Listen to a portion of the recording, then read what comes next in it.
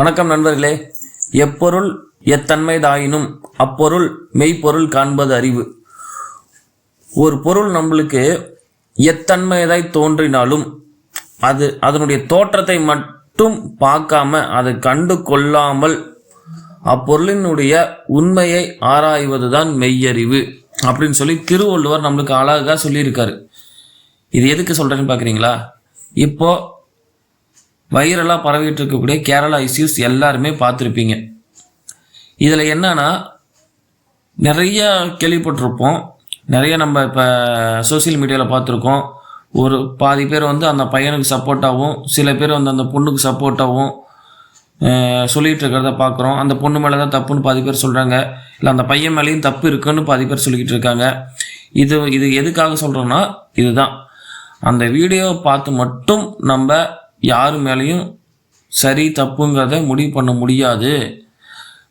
ஆனால் இந்த பொருளினுடைய அந்த வீடியோ பார்த்து கண்டுக்காம நம்ம அதனுடைய தீவிர விசாரணையில் மட்டும்தான் இது உண்மையாக பொய்யாங்கிறது தெரிஞ்சிக்க முடியும். அதுக்குள்ளாருமே எல்லாருமே சோசியல் மீடியாவில் நீங்களாகவே ஒரு ஜஸ்டிஸை கொடுக்காதீங்க தயவு செஞ்சு.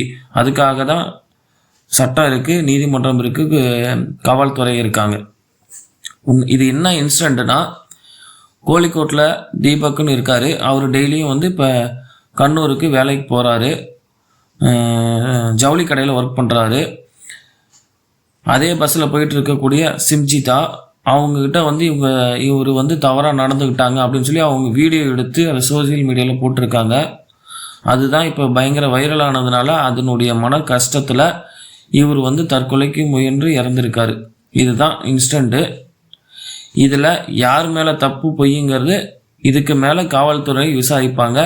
இன்றைக்கி அவங்கள சிம்ஜிதாவை ஏன்னா அந்த தீபக்குடைய பேரண்ட்ஸ் புகார் கொடுத்ததை தொடர்ந்து இவங்க தற்கொலைக்கு தூண்டிதாக இவங்க சிம்ஜிதாவை கைது பண்ணியிருக்காங்க.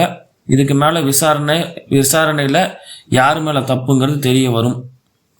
நன்றி.